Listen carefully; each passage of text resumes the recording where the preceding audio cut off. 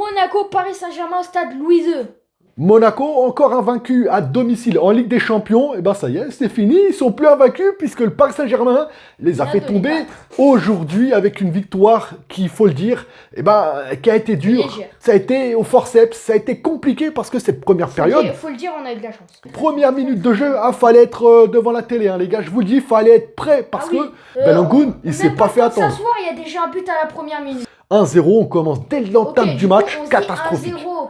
Ok, ça va, on peut se rattraper. Voilà, il reste du temps, on va se réveiller. Ça va venir, tu vois, sauf que le temps passe, on a la balle, la possession, la construction, on a tout. Maintenant, vu qu'ils mènent 1-0 Monaco, ils vont jouer en bloc bas. Et du coup, dès qu'ils auront la balle et dès que le Paris Saint-Germain auront perdu une attaque, ils vont aller vite en contre-attaque et marquer. Avec la fusée, fusée, c'est ce qu'ils là. ont fait pour marquer le 2-0 avec 2-0, ça a été dur, la défense centrale.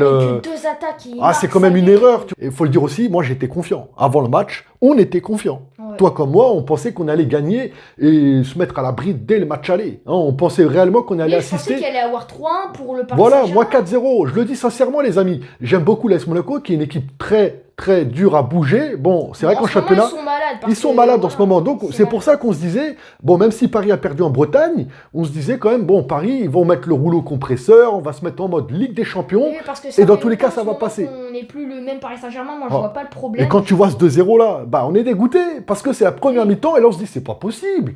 On a la balle, on a la possession, on arrive à se créer des actions. Tu sens déjà que ça va être la soirée compliquée, la soirée où rien ne passe. Et là, ça commence à être difficile. Donc 2-0, et là, peu de temps après, tu as Ousmane Dembélé qui demande à sortir parce qu'il se touche le mollet. Tu vois, il a mal, il ressent une douleur. Alors là, on se dit, c'est mort. Plus le ballon d'or, celui qui pouvait créer. Il y a aussi le penalty de Vitinha. Là, on se disait tous, allez, on se rattrape. 2-1. Vitinha qui a bien tiré d'ailleurs. On fait donc rentrer Désiré Doué qui était puni, tu vois, parce que pour son non-match qu'il a fait contre Rennes, il était trop personnel. Il jouait sur Vinicius en fait. Premier ballon, il combine super bien. Il marque déjà. Et il marque avec poteau rentrant, mais une frappe magnifique. Et là, quand il marque, il fait quoi? Il se bouche les oreilles. Parce qu'il veut faire en gros, je vous entends pas. Parlez les gars, je vous entends pas. Non, bravo Désiré Doué. Parce que avant son entrée, c'est vrai qu'avant son entrée, on se disait, mais tu as l'impression il y a des soirs comme ça, des matchs, où tu as l'impression qu'on peut avoir plein d'occasions, ça fera poteau transversal et où ça rentrera jamais. Mais Désiré Doué, il rentre, il marque. Donc on revient à 2-1. En plus qu'on a loupé le péno avant, donc c'est dur, tu vois, c'est moralement. C'est dur, on peut se dire. Tu dis c'est une mauvaise soirée. On aurait pu marquer 2-2 et tout. Désiré Doué, donc il marque, il réduit le score à 2-1. Et là, on revient à 2-2 peu de temps après, avec un but. Un tir de Désiré Doué, tu te dis, il va marquer, mais non, arrête de Cône encore. Mais il y avait des Hakimi derrière, et du coup, il marque. Et Hakimi qui revient de Coupe d'Afrique des Nations. On le retrouve. Blessure Après, grosse. on comprend, il s'est blessé aussi, ça doit être tellement dur pour mais lui d'être. Il revient bien, il fait son match. Même d'ailleurs, j'ai bien aimé à la fin du match, les amis. On saute tout de suite à la fin, juste pour ça. C'est de voir Hakimi carrément en passe d'attaquant en numéro 9. Il a délaissé son côté pour essayer de créer le surnombre et mettre ce fameux 4e but qui ne viendra finalement jamais. Bon, on est resté à 3-2, mais cette égalisation qui tombe au bon moment parce que juste avant la mi-temps, on revient donc à 2 partout. On remet les pendules à l'heure. Avant le match, on pensait qu'on allait éclater Monaco. Ça s'est passé vraiment pas comme on le pensait. Et de revenir à la mi-temps à 2 partout, là on se dit psychologiquement déjà, Monaco prend... On peut faire quelque chose de mieux, on peut encore les éclater, on peut se dire ça d'un côté. Avec une mi-temps très compliquée. Et là, Monaco, ils ont pris un gros coup derrière la tête, de mener 2-0 et de se faire attraper à 2-2 à la mi-temps. 2-2, c'est là où ils ont commencé à represser. Dans la tête, c'était dur. On les a sentis déjà, ils n'avaient pas la balle. Très peu de ballon, de possession du ballon. C'était Paris, je crois, c'est descendu même à 13% de possession de balle pour Monaco. Autant dire qu'ils n'ont rien eu du match. Voilà, deuxième mi-temps. Mais attendez, avant cette deuxième mi-temps, on va demander à mon fils... Quels ont été les 3 meilleurs joueurs pour toi pour cette première période? Alors le premier pour moi ça a été Zahir Emery, le deuxième ça a été Marquinhos le Capitano et le troisième Désiré Doué. Même s'il rentre, vous allez me dire oui mais il est rentré, il a juste marqué. Mais non, moi je trouve qu'il a été super. Moi j'aurais quand même mis Barcola, tu vois, dans le top 3 parce que pour moi Barcola. Il a été très bon pour moi. Non, pour cette première période, je le trouve bon. Il a fait pour moi, Barcola, il a fait son match. Pour moi, Barcola, il a été bon. T'es un peu dur quand même. T'es un peu dur, je te le dis. Bradley Barcola, pour moi, il a fait son match. Il a été bon. Il a beaucoup créé, il a apporté, il a déstabilisé comme il sait le faire. Après, on le sait tous qu'il a une occasion de tuer le match. Et bah, il se loupe, hein. Je crois que c'était à la 80e minute où il se retrouve tout seul en pleine course et il frappe. Et comme à son habitude, c'est mal cadré, ça touche le goal, ça sort en fait, je en pense qu'il a un manque de confiance en lui. Ouais, c'est un peu dur, un manque de confiance. Trop, devant les buts. Et depuis combien de temps il n'a pas marqué Barcola en Ligue des Champions? Depuis un an. Il n'a pas marqué C'est depuis vrai. un an, l'année dernière.